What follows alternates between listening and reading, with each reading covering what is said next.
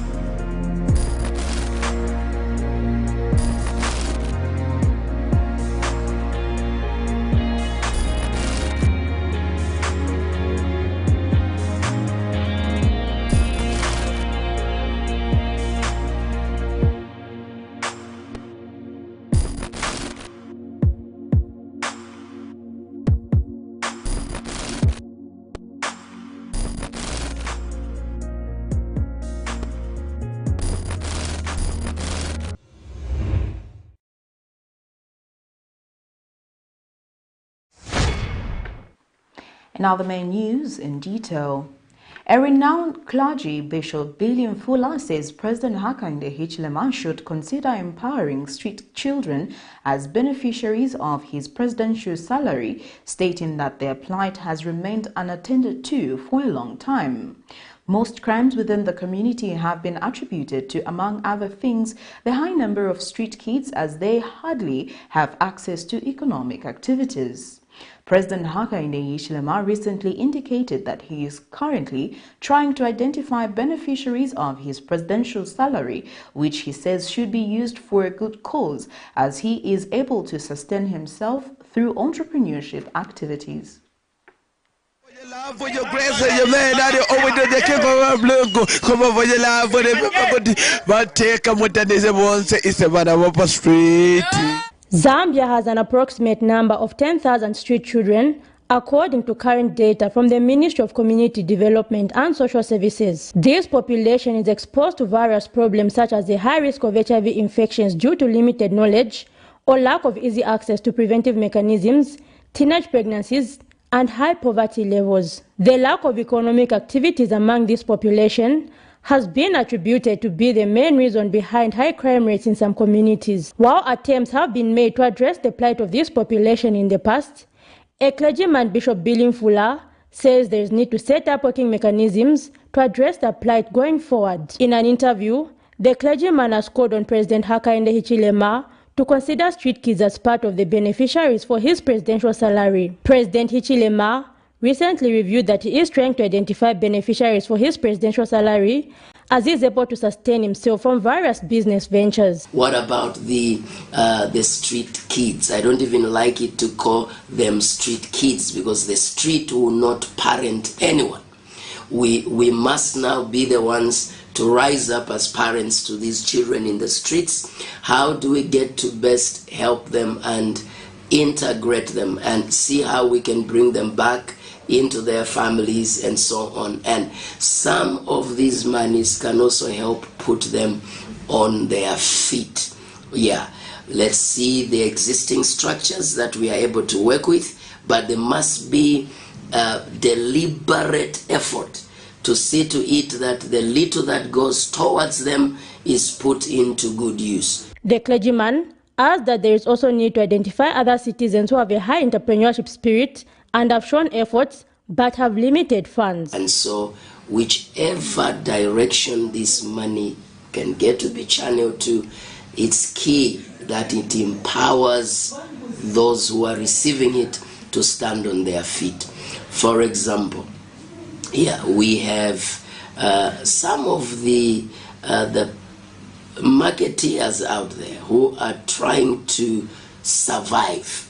Their commitment, as you see them sit on those braziers, roasting maize and so on, some of them have done that for years, working with very, very little capital. If we can begin to identify organizations that can get to work with such people, if there are already existing structures that we can work with. The head of state has been commended by stakeholders from various sectors following the pronouncement. Zipporah Mshala, Camnet News, Lusaka. The state has asked Lusaka Magistrate Sanford Ngobola to dismiss the application by former Konkola Copper Mines provisional liquidator Melengolungu to refer his alleged corruption-related case to the Constitutional Court for determination.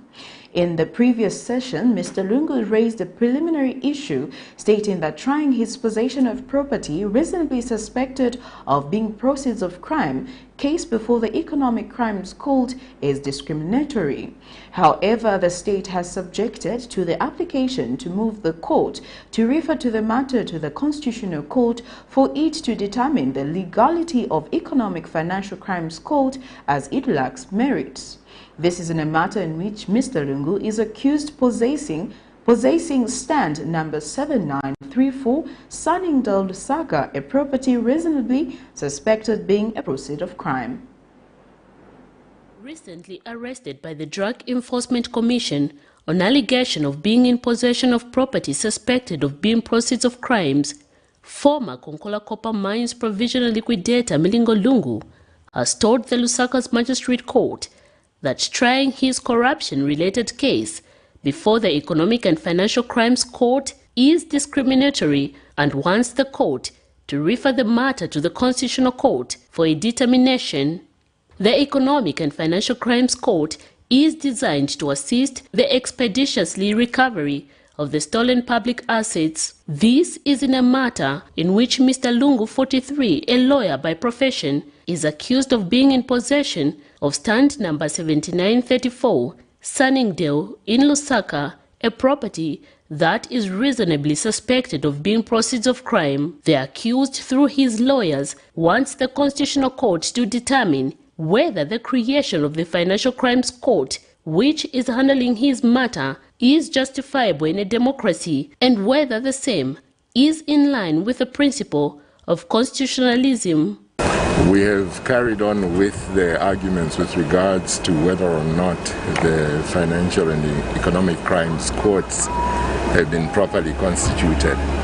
The state has given its reaction, and on the 20th of May we shall give our reply to what the state has said. However, the state has objected to the application by Mr. Lungu to move the court to refer the matter to the Constitutional Court for it to determine the legality of the Financial Crimes Court as it lacks merit. The state has since told Lusaka Magistrate Sanford Ngobola, who is handling the case under the Financial Crimes Court, to dismiss the said application. The matter has since been adjourned to the 20th of May 2022. Miriam Kemba reporting for Camnet TV News. Opposition Patriotic Front Information and Publicity Chairperson Raphael Nakachinda has accused the Anti-Corruption Commission of embarrassing and decampaigning the Republican President Hakainde Hichilema, looking at the manner they are prosecuting opposition political members. Speaking shortly after the release of embattled Kabushi Member of Parliament Bowman Nsambo at Lusaka's Kamwala Remand Prison, Mr. Nakachinda says ACC is doing a good job at destroying the president's image by the way they are handling corruption-related issues. He adds that it is unfortunate for ACC to refuse to release Mr. Nsambo on Thursday, despite the Lusaka Magistrate Court granting him bail. Yesterday, ACC refused to release Mr. Nsambo from custody as they claimed they needed to verify his sureties.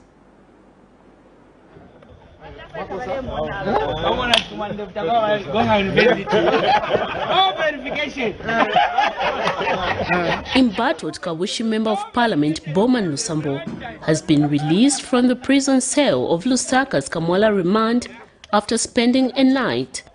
Mr. Lusambo was initially expected to be released on Thursday following the decision by the Lusaka's Magistrate Court to grant him a 20,000 kwacha cash bail with 2 working sureties. However, yesterday, the Anti-Corruption Commission objected to his bail on ground that they needed to verify his sureties. PF Matero Member of Parliament Maus Sampa and his Chama South counterpart Davison Mungandu. The Anti-Corruption Commission communicated with Mr. Lusambo's lawyers that they do not know the sureties and rejected the letters of introduction saying they needed to accurately verify with the National Assembly. Meanwhile, speaking after Mr. Lusambo's release, PF Information and Publicity Chairperson Raphael Nakachinda has alleged that the Anti-Corruption Commission is doing a good job at embarrassing the head of state. So we are glad and happy that our comrade has finally been released. It's very unfortunate that the ACC are doing a fantastic job to embarrass and decampaign President Hakainde Hichilema. The kind of abuse and persecution that the Honorable Bowman Lusambo has been subjected to is very unfortunate. The court yesterday granted him bail.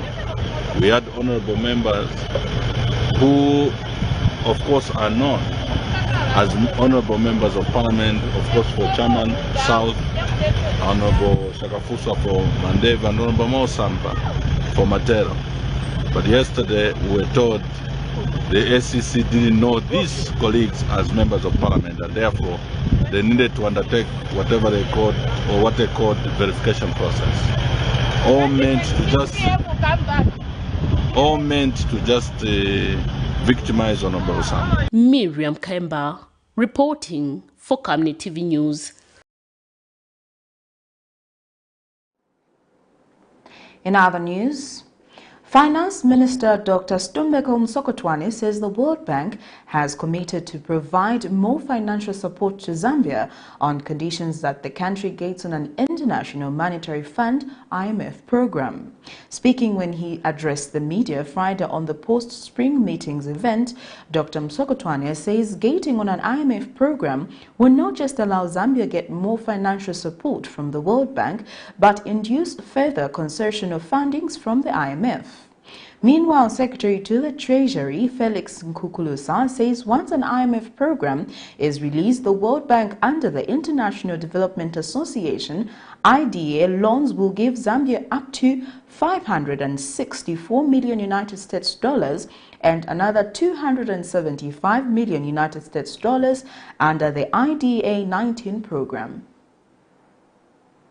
A delegation of Zambian officials comprising the Finance Minister Dr. Situmbeko MUSOKOTWANE, Bank of Zambia Governor Dr. Danny Kadialia, and Secretary to the Treasury Felix Nkulukusa recently attended the spring meeting of the IMF and the World Bank in Washington, D.C. of the United States of America. The meeting was meant to discuss issues of global concern such as the world economic outlook, poverty reduction, and sustainable economic and social development. And Finance Minister Dr. MUSOKOTWANE Friday met the media in Lusaka to update them on the outcomes of the meeting. The minister says the World Bank has agreed to support Zambia with more financing, but that on conditions that the country gets on the IMF program. The World Bank has provided support, and part of that support will come now, but part of it is conditional upon Zambia getting to a program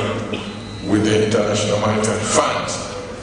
Hence, why it is very important that we get to this formal program with the IMF. The minister has justified why it is necessary for the Zambian government to borrow from the World Bank and the IMF despite the country being over-indebted. World Bank money, the interest rate roughly about 0.5%, and is paid over a long period of time, sometimes as long as 30 years. Okay, so it makes sense, it makes economic sense to get this cheap and long-term money as you sort out other issues of the economy. And when asked why the conditionalities of the IMF program have been kept a secret from the Zambian people, the minister assured that the conditionalities are not meant to punish the people of Zambia. I think those who tend to put fear and say when the IMF program comes, then you'll be thrown out of jobs, things will go up. Those are people maybe who are talking about the experiences from the past.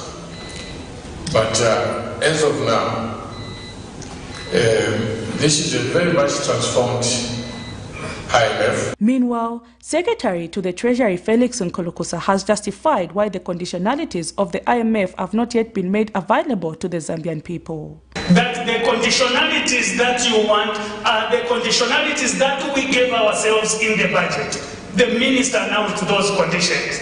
And the only reason we have not shared the program, the staff level agreement, is because we are looking at updating the macros as it is going to the board. Because if we share it, it means it is that program that we need to take. And Mr. Nkulukusa says the World Bank under the IDA loans may give Zambia up to $564 million United States dollars and an additional $275 million under the IDA 19. We now have mobilized and will be able to get the resources of about $564 million.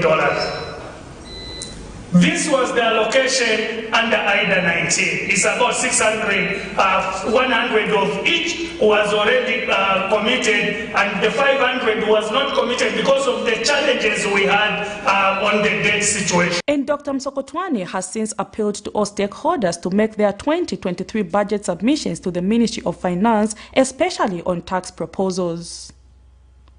Prudence Chota, reporting for Camnet TV News.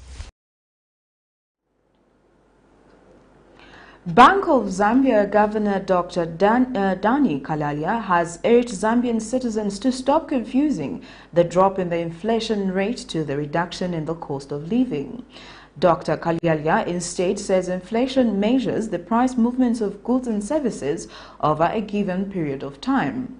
The governor says the reduction in the country's inflation rate to 11.5% in April 2022 means that the price of goods and services increased by 11.5% between April 2021 and April 2022. In short, I think what is going on is that prices are going up, obviously.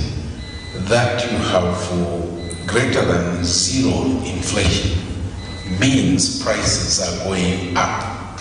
The issue is that they are going up at a slower rate. That's the drop in inflation rate. So inflation is the rate of change in the prices. It is not saying that prices are not moving up. No. So I think it's important to remember that. So when you hear 11.5%, it means prices did actually go up by that. But if you look what was the situation in the previous month when you had 13.1, it means that during that period, the rise was much higher. The Future Community Foundation, a youth-led development initiative, says small businesses in Zambia should consider creating links with similar small businesses in other African countries in order to exchange ideas. In an interview, organization project coordinator Clinton Gadol says many small businesses that have failed to survive in the past have not failed due to lack of funds, but due to lack of inadequate skills to keep their business going.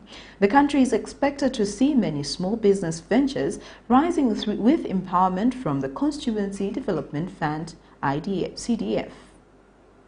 Zambia is expected to see a high number of small businesses coming up following the call for the forming of cooperatives in order for this to be empowered using the Constituency Development Fund (CDF). Apart from keeping the economy thriving, small businesses also help in creating employment opportunities for citizens. While creating businesses is a welcome move, keeping them alive is more important. A youth-led development initiative has called on businesses to acquire technical knowledge to ensure that their businesses are not short-lived. In an interview, the Future Foundation project coordinator, Mr. Clinton Gando, says keeping open links with small businesses in other African countries is also key for the survival of these businesses, as they will be able to exchange ideas. We can use digital skills, because if we connect with markets which are in South Africa, we connect with our colleagues in Rwanda, our colleagues in Congo, with the digital marketing skills, we'll be able to thrive as we are going ahead. So we just need to think outside the box, to be positive minded. Mr. Gando knows that with the availability of funds from CDF, there is need to make an assessment of which businesses can survive in the Zambian scenario. So there is now an issue of CDF which is in place. A lot of people, they have a lot of motivation to say we'll apply for funds, and we tried also, we came up with our very initiative to say let's find out why do businesses fail. Regarding of maybe receiving funds from international donors, receiving funds from the government, but we are still finding to say the business are failing. So internally, business are failing because of, if we ask the people themselves, they'll say we don't have money, but technically that's not the cause of the business failure. It's because of lack of skills. Other stakeholders have been calling for annual self-assessment of these businesses to allow for long-term survival. Zipporah Mchala, Camnet News, Lusaka. The Common Market for East and Southern Africa COMESA Secretary General Chileshe Kapwepwe says economic activities within the region should include gender mainstreaming and women economic empowerment initiatives. Speaking on Friday at the COMESA headquarters in Lusaka, Ms. Kapwepwe notes the need for the strengthening of gender policies, gender policy implementation, and gender planning guidelines for various sectors so as to incorporate women. She was speaking when permanent representative to COMESA, Mr. Claude Morel, visited the COMESA headquarters in Lusaka. On the gender social affairs, I'm happy to inform, as you already stated, that Seychelles is participating in gender mainstreaming and women economic empowerment initiatives. For example, Seychelles has a window on the 50 million African Women Speak digital platform that enables women SMEs to access business information, capacity building, market opportunities, and other business-related services. Another example is a workshop on strengthening gender mainstreaming we recently held with stakeholders in Seychelles to sensitize them on the COMESA gender policy implementation plan, and gender planning guidelines for various sectors. The workshop was held in April and was attended by more than 50 participants, including members of parliament, principal secretaries, legal officials, senior government officials, and representatives from the civil society organizations. Further, we appreciate Seychelles for being among the 5 member states that have signed the COMESA Social Charter. The Charter is an instrument developed and adopted by the Council of Ministers in line with Article 143 of the Treaty on Cooperation of Member States on Social and Cultural Affairs, including on education, training, skills development and job creation for youth, elimination of harmful social practices, healthcare, social protection and well-being of the child, amongst others. Environment and Social Concern Executive Director Cornwell Hakapia says it is time for companies that manufacture plastics in the country to take the reasonability for their waste in order to conserve the environment. Mr. Hakapia says plastic producers must be transparent and inform the nation how many plastic bags they produce annually and what they're doing to mitigate the negative effects of plastic wastes. and Center for Zero Waste and Development in Africa Chief Executive Officer Billy Lombe has affirmed commitment to contribute towards organizing the circular economy creation and an effective waste pickers association, just like other countries have done. Meanwhile, the Ministry of Green Economy and Environment Director Planning and Policy, Lewis Mueller, has reaffirmed the government's resolve to support green initiatives and the formulation of responsive laws to support the circular economy. The trio made the remarks during the commemoration of the second National Symposium for Waste Pickers and Plastic Pollution in Lusaka Friday. Challenge our manufacturers in this country, especially the biggest manufacturers who manufacture products with single-use plastic packaging, especially most of which is non-recyclable, to up their game with regards to helping to see to it that what they put in the environment, they can help to take it out. We challenge them to tell the nation how much that they have produced in the past 1 year and how much that they have helped to take out of our environment, because on the ground there is zero, most of them, there is zero activity with regards to extended producer responsibility. Talks about creating jobs, talks about protecting our environment. Zero waste emphasizes most on reduction measures. We don't talk more about dumping the waste, taking the waste to dump site. And zero waste, mostly our goal specifically is about towards waste reduction and waste diversion. Diverting much of the waste that's supposed to go to the dump site or landfills, making use of it in terms of taking to the recycling companies or turning it into compost, and that helps in terms of not having those emissions, the greenhouse gases which causes climate change, and also in terms of also creating more jobs. The event today speaks to the key role that environmental partners play, like those here, in safeguarding their environment. Given our constitutional obligation to protect the environment from pollution, the new Don government, through the Ministry of Green Economy and Environment, will continue to be a strategic partner in such initiatives, and our doors remain open to create green jobs and sustainable products that address the challenge of plastic pollution. In the face of climate change and increasing temperatures and water scarcity, reducing waste pollution also has a significant role to play in our transition to a low-carbon society. We are called to save this environment through affirmative action to green our economy. You're watching Camnet TV Main News. We'll take our first set of commercials. We'll be back with more after this. In keeping with a school tradition, it's the May 2022 Back to School with Butter Toffees. Get the all-new Butter Toffees original leather school shoes that are antifungal and antibacterial treated, hence reducing common school shoe odor and thus are eco-friendly. Hurry to your nearest Butter outlet countrywide and grab a pair of the all-new original Butter Toffees. Butter. Built to last, built for life. We welcome you to the wonderful world of Savenda Electronics. At Savenda Electronics, we pride ourselves in manufacturing high-quality electricity and water meters. Boasting of the first of its kind state-of-the-art manufacturing plant in Zambia, Savenda Electronics manufactures customized smart electricity and water meters of international standards for both the local and international water and electricity utility companies. Our highly computerized factory, run by qualified staff, makes, calibrates, and electronically tests the smart meters to ensure only those meeting customer specifications are delivered to the market. Some of the main features which come with our meters includes notifications about low units, tempering, low battery, and many more customized features. Savenda Electronics provides on and off-site after-sales service and has favorable contract terms for water and electricity utility companies. Savenda Electronics, the real deal.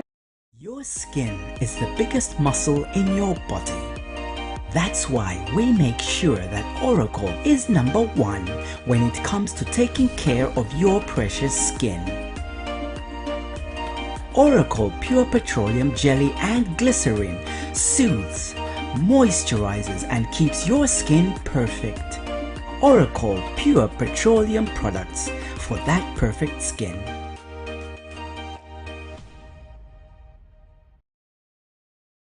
Camnet TV is becoming big and better. You can now watch Camnet TV wherever you are around the world, simply by downloading the Camnet TV app.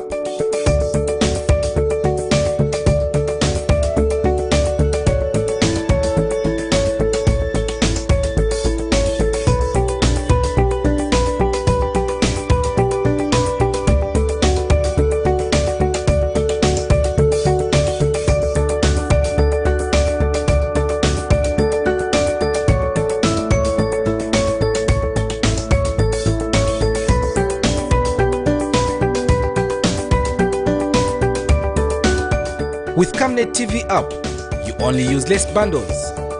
Camnet TV, not just another channel.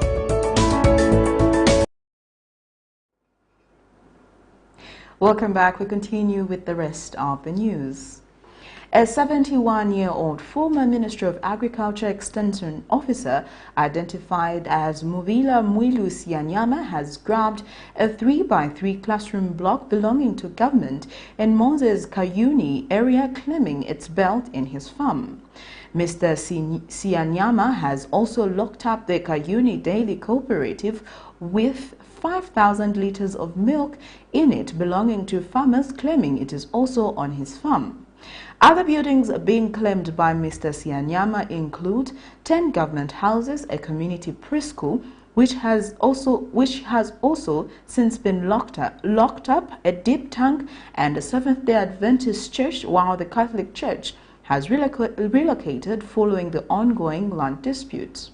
This came to light when Minister of Lands and Natural Resources Elijah Mchima visited the area following concerns raised by the community.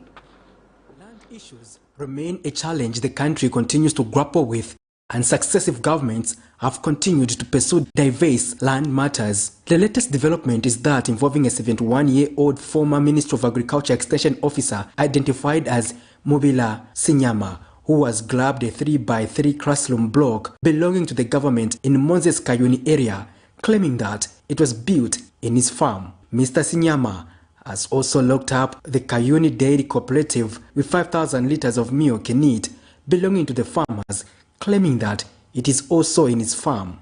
This came to light when Minister of Land and Natural Resources Elijah Mchima visited the area following concerns raised by the community. I'm not the government, an individual. I'll show you the paper. Yeah, the paper says the government has not shown thing. Okay. I bought my own land. Oh, you bought your farm with your own money. Facts leading to this land dispute are that in 1990, Mr. Sinyama, being a government worker in the Ministry of Agriculture, was offered to buy a government house, being a sitting tenant, but later increased the land to 21.5 hectares, which is now under dispute. The land in question, which is farm number 39A, also has 40 farms in it. The Kayuni community members, however, took the matter to court, with judgment being in favor of Mr. Sinyama, who told the land minister that he is ready to dialogue with the government over the matter. Yes, I can do so with the minister. Increase my land. And I have the papers to remove them. Even now I'm talking. If I'm talking, you have papers to remove them out. The Supreme Court must this one. Court of Appeal, after it was ordered even from the Court of Appeal. But Kayuni Dairy Farmers Cooperative Chairperson Dolin Kavunda says there was an error in awarding Mr. Sinyama the disputed land, as he only bought a single unit and not the whole farm, thus calling for government intervention. Currently, just looking at the cooperative that has been closed, that has been the major source of income for people around here. They milk their cows, they expect to take the milk to be sold to the cooperative, and then they need to earn dividends from the cooperative, but that cannot happen. So for us, time is of essence here. From October last year, we have had the operations have not been running. This man has been harassing people here since, I don't know, 1990 something. So we really just want to appeal to the new Dawn government to help us in this area. It is sad that vulnerable people are being treated like this. And in response, Land Minister Elijah Muchima promised to look at available pieces of legislations dealing with the matter. To what extent the government was awarding or selling these houses?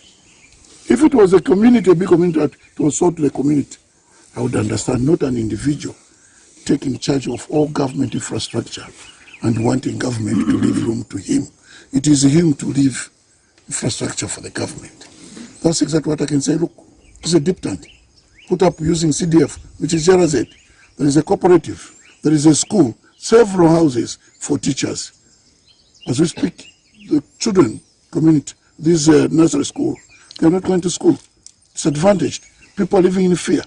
I'm told they have been served with letters to move away from here. Government is here to protect the interests of the people. We are going to look at this matter. Patrick Soko, Camnet News. A livestock farmer operating from Lusaka's commercial market has commended government for lifting the ban on the movement of pigs and its products. In an interview with Camnet News, Gabriel Piri noted that the recent ban made life difficult to cope with for most pig farmers. Meanwhile, Small Livestock Association of Zambia chairperson Kosten Muya said government should invest in the complete eradication of African swine flu. On the 5th of May 2022, Livestock Minister Makozo Chikote said government lifted the ban on the movement of pigs and pork products in the country. 5th May 2022, government lifted the ban imposed on the movement of pigs, pork and pork products in the country. The action that follows the successful control of African swine fever, which broke out on the 18th of February 2022 in Lusaka. Minister in charge of livestock, Makozo Chikote, stated that measures have been put in place to prevent African swine fever. This move has excited pig farmers. Camnet TV caught up with one, Gabriel Piri, who had this to say.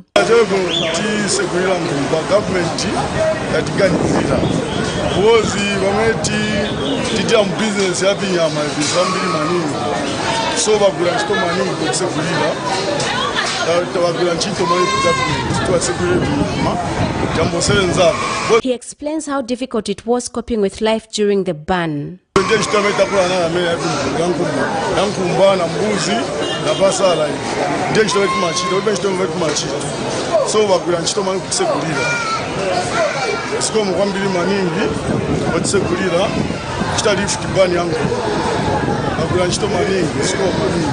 Meanwhile, Small Livestock Association of Zambia chairperson has appealed to government to invest in the eradication of African swine fever. And we are asking the government to make sure that the vet officers, they should not sit in the offices. They should go to the field to make sure that each farm, there is, it's starting from the farms, the outbreaks.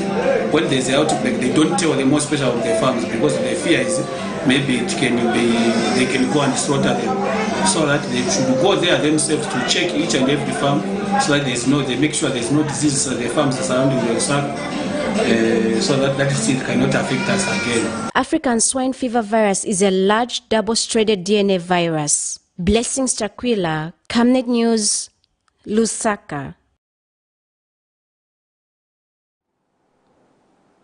The government, through the Ministry of Fisheries and Livestock, has so far supported more than 1,000 livestock farmers in pasture development and forage utilization under Enhanced Smallholder Livestock Investment Program (ESLI) project in Northwestern Province. Northwestern Province Senior Livestock Production Officer Gelso Mwanza says growing forage and pasture for livestock will enhance the nutrition of animals and improve livestock production in the province. Mr. Mwanza was speaking to NICE during a forage demonstration and field day support by enhanced smallholder livestock investment program ACCUSE held at Blossom Farm in Kalumbila district. Improved livestock production depend on proper feeding with nutrition on these animals. No wonder government through the Ministry of Fisheries and Livestock is promoting pasture development and forage utilization for livestock in Northwestern Province. The ministry has held 2 separate forage and pasture growing field days in Solwezi and Karumbira districts. Gelso Mwanza is the Senior Livestock Production Officer for Northwestern Province. In the province we received about 11 packs for demonstrations on how to grow pasture in all the districts of the province. We have on average 100 farmers benefiting from the pasture program within the district, and that translates to almost 1,360 farmers so far who have benefited in terms of demonstration on pasture production. And officiating at the event, Provincial Fisheries and Livestock Coordinator Charles Ruanga encouraged livestock farmers to take pasture development seriously. This program is under ISLIP. As you might know, ISLIP has done a lot of interventions in this country. Some of the interventions are in disease control, others are in the restocking and stocking, and of course what we are witnessing today, that is pasture development. This is where we have come to see the plots of pasture development, of which he has done so well.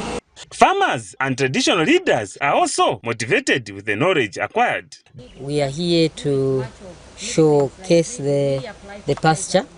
As you are aware that there's always a difficult time for animals to have pasture, especially the period we are entering. I want to say thank you to the government even for empowering us with the seeds for pasture for us who are in livestock farming.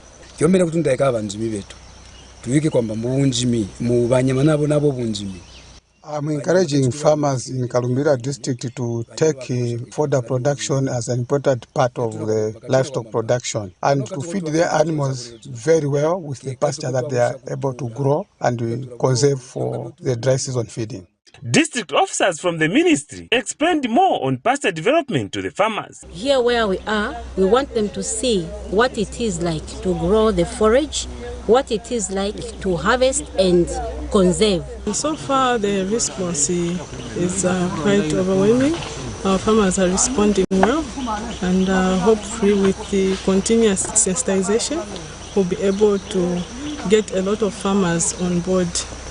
The program is supported by Enhanced Smallholder Livestock Investment Program ISRI project. Krivach Tuta reporting in Karumbira district, Northwestern Province. We'll take our second set of commercials. Coming next is international and sports news. ZAMBIA, Save Nations, Develop Africa.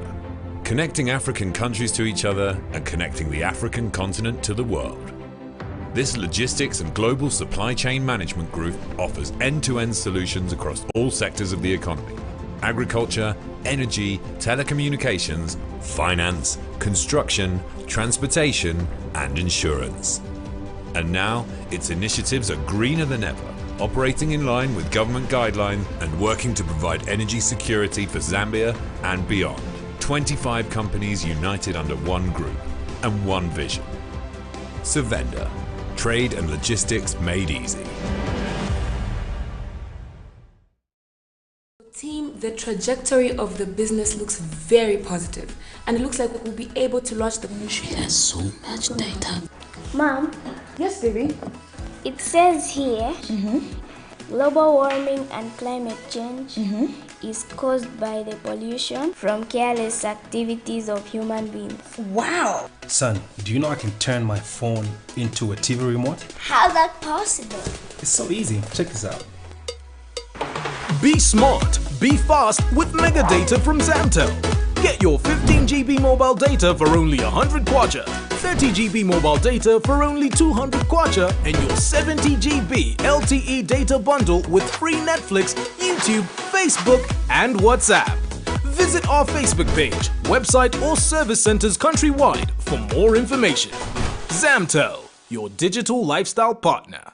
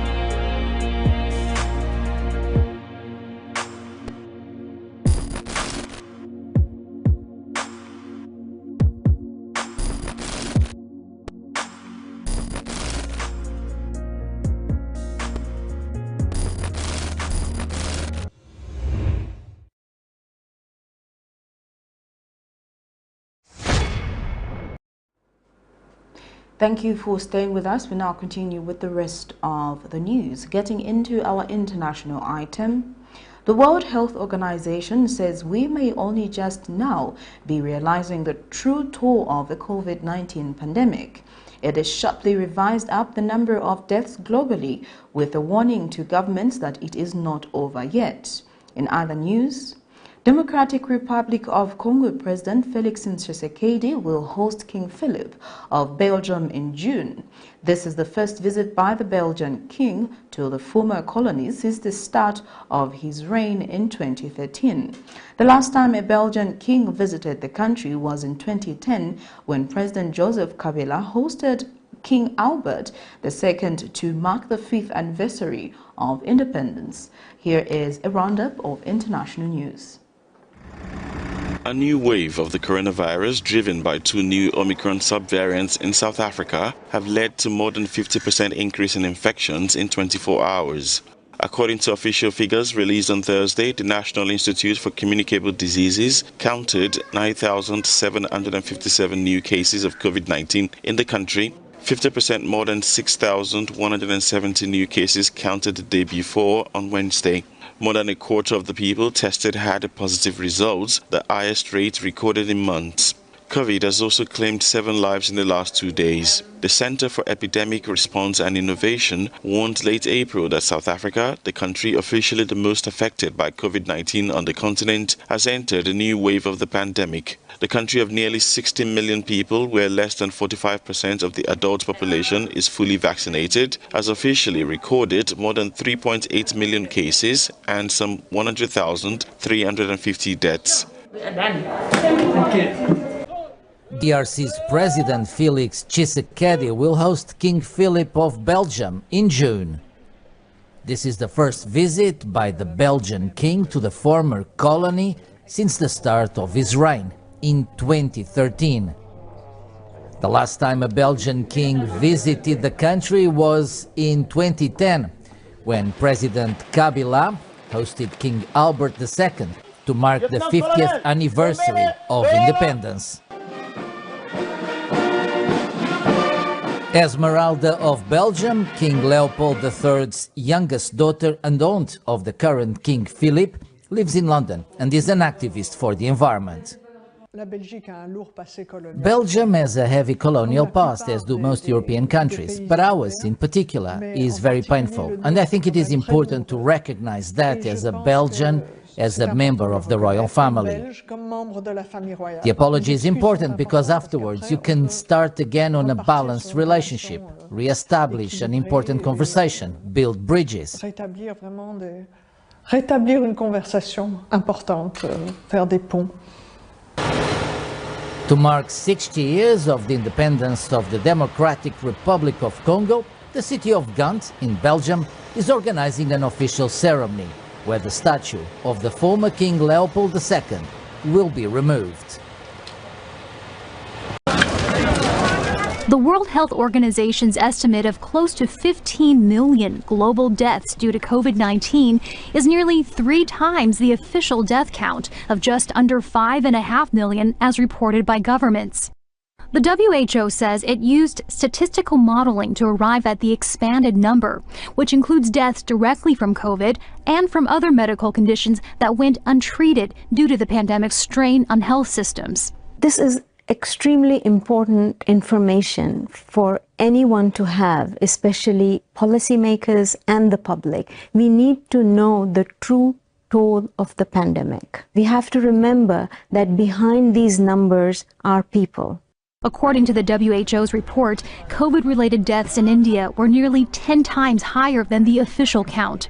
Indian health officials pushed back against the report Thursday, attacking the WHO's use of statistical modeling. Please appreciate that these kind of assumptions to be used for a nation of our size, of a continent size, and to put us in poor light is not desirable. Other countries with large discrepancies include Pakistan, where, according to the WHO, excess deaths were 8 times higher than the official COVID death count. In Egypt, it was 12 times higher. And in Mexico, it was double.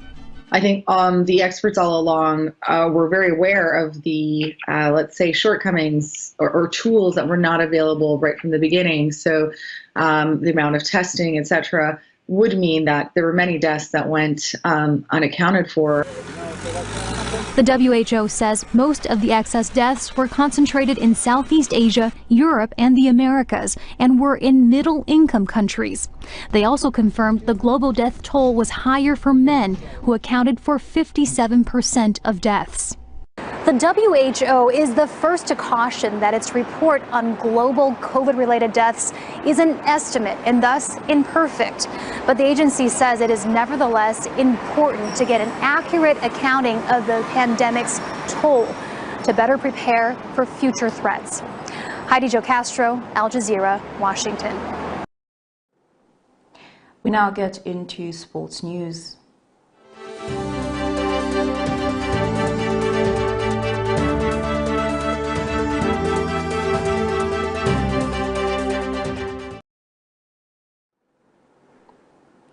The under-16 head Chipolopolo coach Aaron KAWANGU says the selection of the UEFA under-16 International Development Tournament that will run from May 10th to 17th in Rustavi is a great opportunity for Zambia to show its football ability.